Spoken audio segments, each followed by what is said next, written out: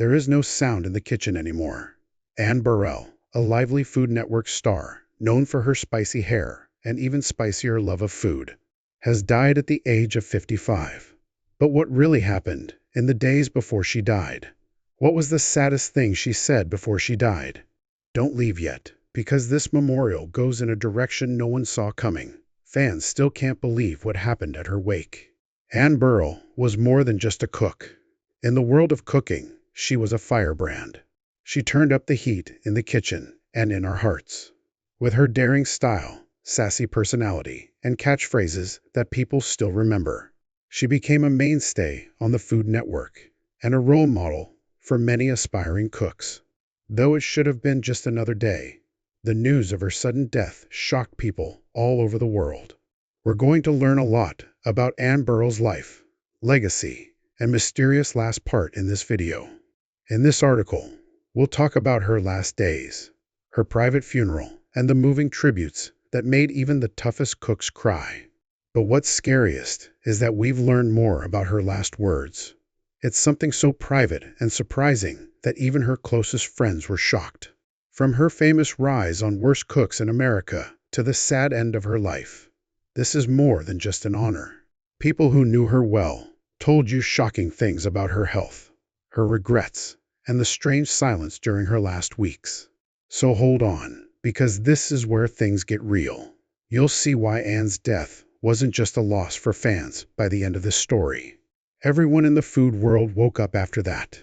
Anne Burrell's last days were eerily quiet and full of unsolved questions for someone whose life was full of color. Fans had noticed something strange just a few weeks before the sad news. Anne hadn't said much on social media for a while now.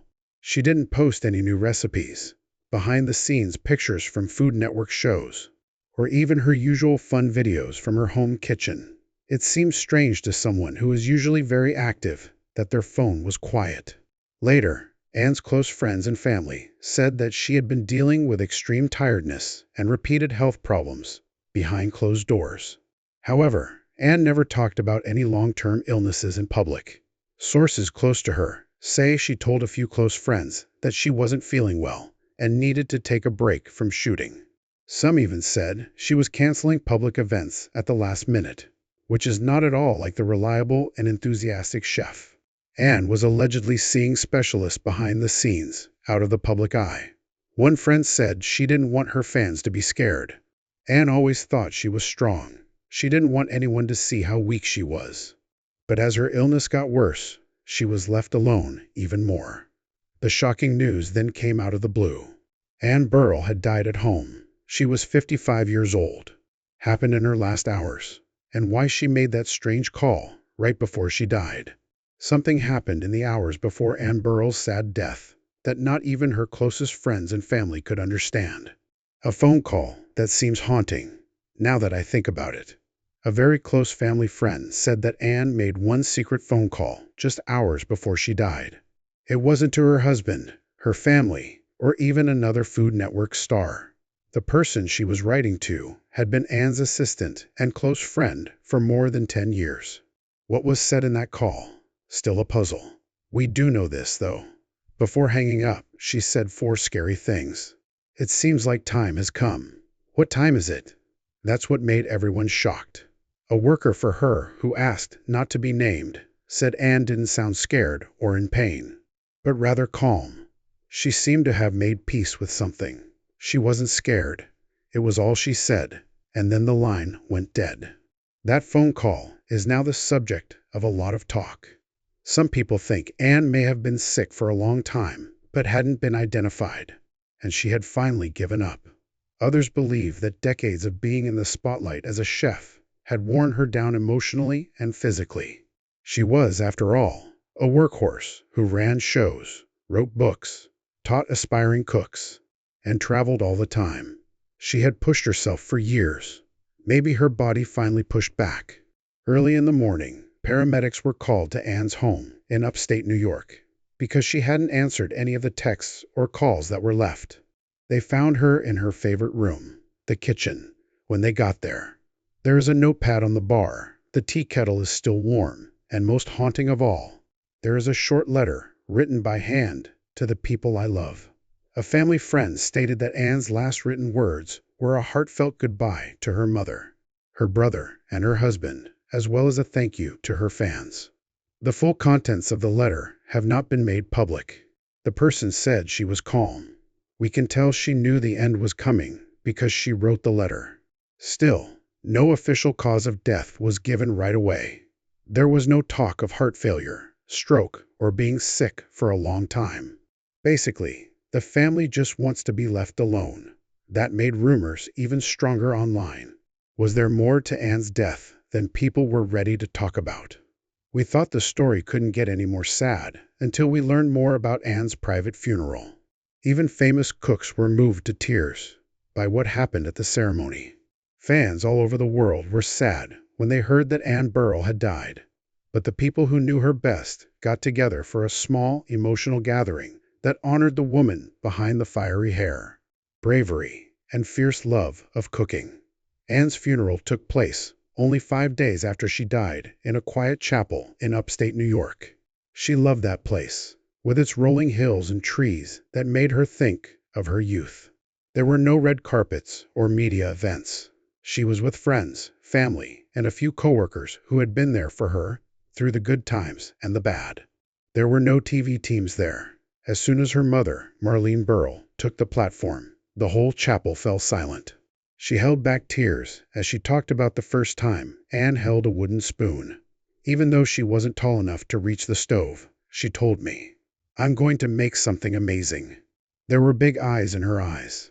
She did it all the days of her life. One of her former contestants from Worst Cooks in America, who flew in from across the country to talk, may have been the most moving tribute. He talked about how Anne had helped him become not only a better cook, but also a better person, which made him cry. He said, "She taught me more than just how to cut up an onion. Her words taught me that I was important and that someone believes in you, even when you feel like you've failed." That moment hurt a lot. Sobs could be heard all through the church. Also, other Food Network stars came out to honor her in person and through notes. Bobby Flay spoke a few quiet words outside the church, and he looked shaken. People laughed at her. She made people better. He held up a white rose and said, "There will never be another Anne." He then put the rose on Anne's coffin. It was time to say goodbye for good. Anne had picked the song years ago just for this occasion. Louis Armstrong's "What a Wonderful World."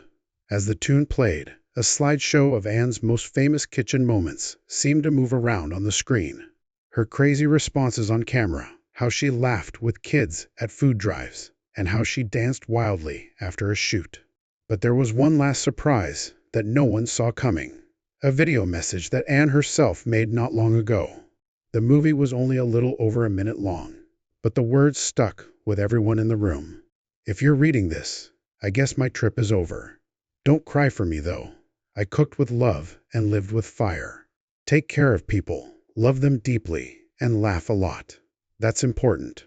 One or two people broke out in full sobs as they gasped. It was Anne's last gift, and it was a message of peace, joy, and courage.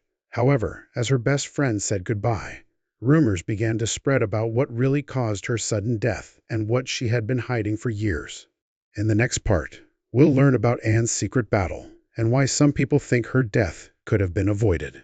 People thought Anne Burrell was bigger than life. She was loud, full of fire, and didn't care about what was going on. But people who knew her well say she had been dealing with a long-term autoimmune disease that she wouldn't talk about in public. A friend said, "Anne didn't want to be felt sorry for. People shouldn't have thought sick chef when they saw her." She wasn't like that at all, being in the public eye all the time, juggling a busy shooting schedule, running restaurants, writing cookbooks, and teaching young chefs while also being tired and in pain all the time finally got to her. Another person who knew her said that she would smile for the camera, do her job, and then go backstage and just sit there, tired. It broke her down little by little, but she never let it show. The mental cost was also high. She got married to her longtime partner, Stuart Claxton, in 2021. She was very happy to show her fans pictures of the beautiful ceremony. It looked like a turning point, like her own fairy tale after working hard at her job for years. But by late 2023, people who knew the couple well say that cracks were starting to show. The stress of her job and health problems put a strain on the marriage. It was said that they started to spend less time together. Even though they kept up appearances on social media, Anne's close friends and family said she was pulling away, not as bubbly and thinking more. According to a previous producer, she began to think, "What have I really done? Also, will anyone remember me? It broke my heart to hear from someone who helped so many people." But there's one more part to this story that needs to be told. Anne has been working quietly on a legacy project that she has never told her friends about until now. As the cooking world mourned Anne Burrell's shocking death, a shocking secret came to light about her. Even her closest fans and friends were shocked.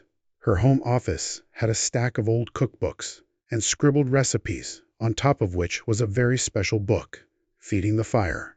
Stories from a Life at the Stove. The book was almost finished. It wasn't just another cookbook. It was something more powerful and emotional.